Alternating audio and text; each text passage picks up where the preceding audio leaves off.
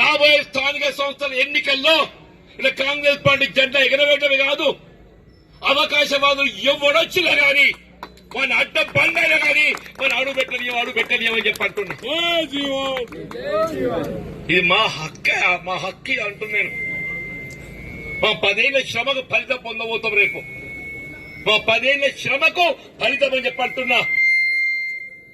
ఎవడైనా అడ్డదారిలో రావాలని ప్రయత్నం చేస్తే అక్కడనే అడ్డంగా తొక్కుతాం అని చెప్పి అంటున్నాను. జాగ్రత్త. నేను ఈ జన్మదినం అనేది ఏదైతుందో నా చివరి వరకు నేను చెప్పాను. నేను ప్రజా జీవితం నిజంగా అదృష్టమే. ఇటువంటి జీవితం అందరికి రాదు.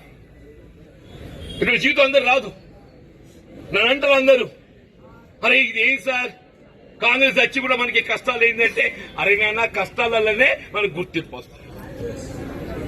మనకి గుర్తింపు ఎప్పుడు వస్తుంది? కష్టాలనే గుర్తింపు వస్తుంది.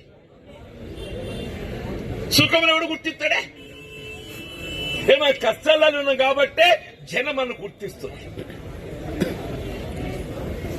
మనకు అన్యాయం జరుగుతుంది కాబట్టే జనం మనం గుర్తిస్తుంది.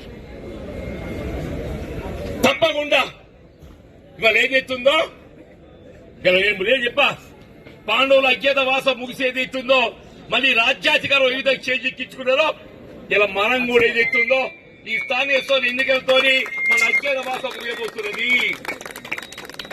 ఈ స్థానిక సంస్థల ఎన్నికలతో మన అజ్ఞాత వాసం ముగియబోతున్నది.